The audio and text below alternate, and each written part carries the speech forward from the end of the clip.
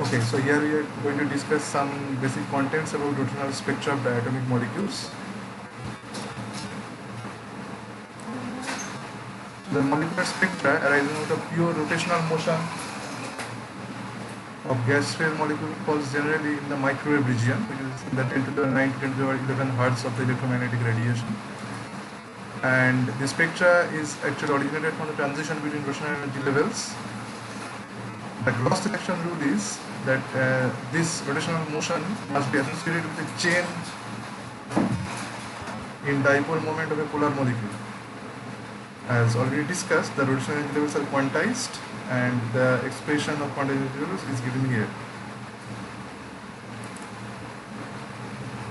Now, the rotational constant is denoted as by B, and the rotational energy levels are related to be like this. So this is where J is the quantum number for rotational energy levels, the rotational quantum number. And each rotational energy level is actually 2J plus 1 fold degenerate. That is, for a given value of rotational quantum number J and energy Ej, there are 2J plus 1 number of distinct wave functions or states. And we have already discussed about the gross selection rule. Now the specific selection rule for transition to different level is that the molecule can undergo rotational transition only between adjacent rotational energy levels, that is delta J plus minus 1. Now this is the expression for frequency of absorption from level J to J plus 1, where the frequency is given like this, and it comes out as 2B into J plus 1, where J actually runs from 0, 1, 2, that's for integers. Similarly, the frequency of emission is given by this expression, which is equal to 2Bj, and J of course runs from starting from 1 to not 0 because it is emission, so coming from higher energy levels. The separation between the adjacent lines is of course a constant. You can work out easily that which is going to be 2B.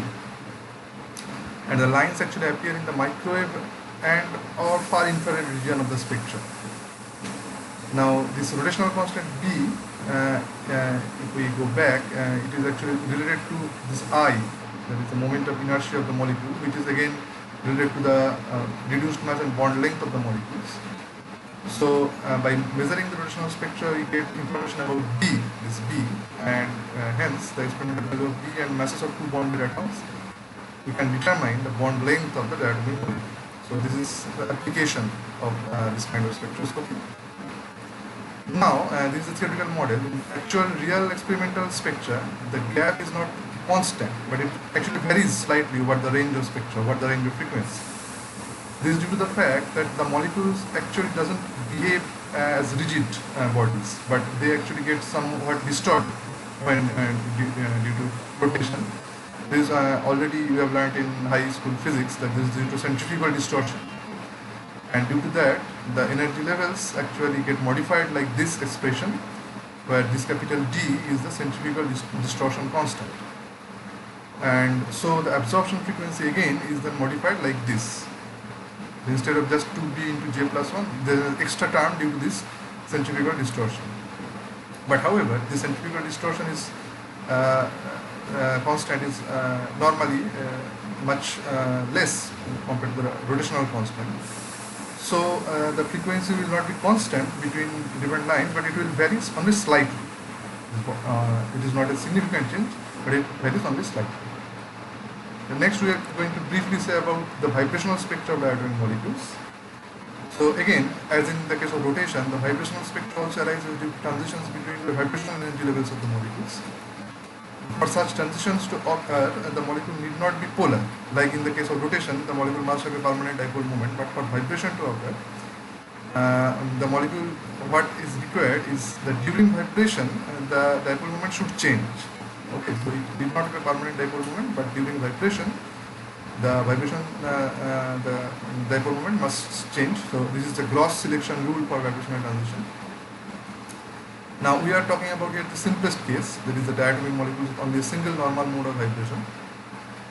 So a homonuclear diatomic molecule like hydrogen, nitrogen, when they have only a single normal mode of vibration, and during this vibration there is no change in dipole moment, so they doesn't have any vibrational spectra as such.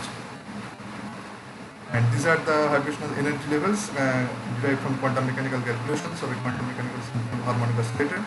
The n is the vibrational quantum number. It can also start from 0, 1, 2, like in the rotational quantum number J.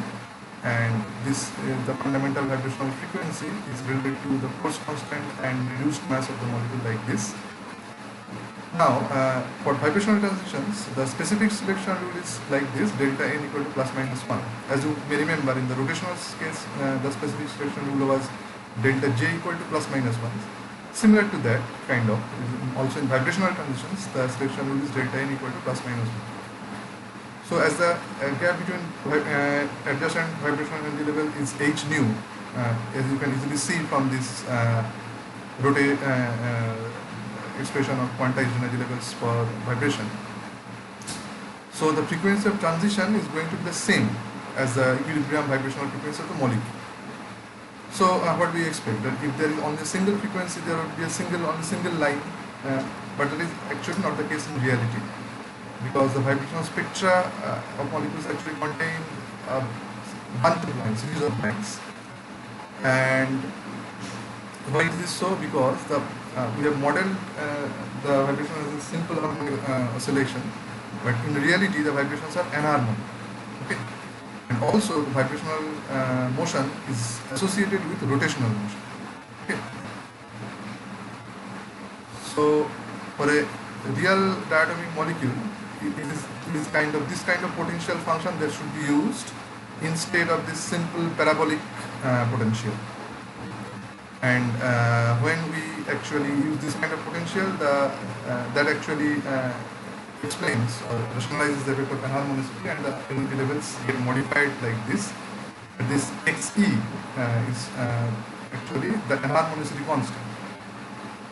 And unlike the simple harmonic oscillator, you must note that the energy levels from an harmonic oscillator gets closer together as this vibrational quantum number n increases, and they ultimately almost merge together at high quantum numbers.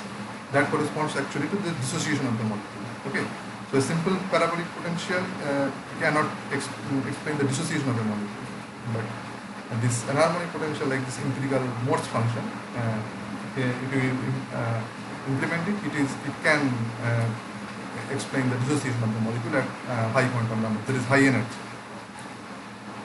Okay. So there are different kinds of transitions in the vibrational spectra. For many diatomic molecules, only the lowest ground energy level is populated significantly at room temperature. Higher energy levels are almost empty. So transition from this state, that is the lowest state, with vibrational quantum number n equal to 0 to the next higher level n equal to 1 is called the fundamental transitions.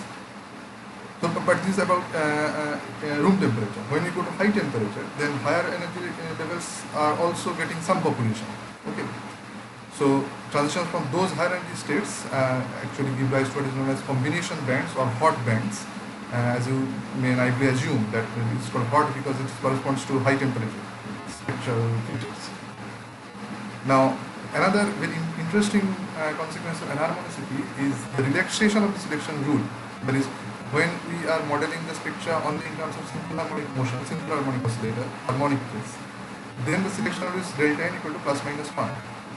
But anharmonicity actually allows transitions where this delta n magnitude can be greater than plus 1 or minus 1. But those transitions will occur with weaker intensity, but not zero intensity. There will be some intensity. So according to that, there are different actually terminologies for this kind of spectral lines. So the transition from n equal to 0 to n equal to 1 is called the fundamental or first harmonic. The transition from n equal to 0 to n equal to 2 is called the first overtone or second harmonic. And the transition from n equal to 0 to n equal to 3 is called the second overtone or third harmonic. So the respective frequencies we have also given here. You can easily calculate them starting from this general or modified energy level expression for an anharmonic oscillator.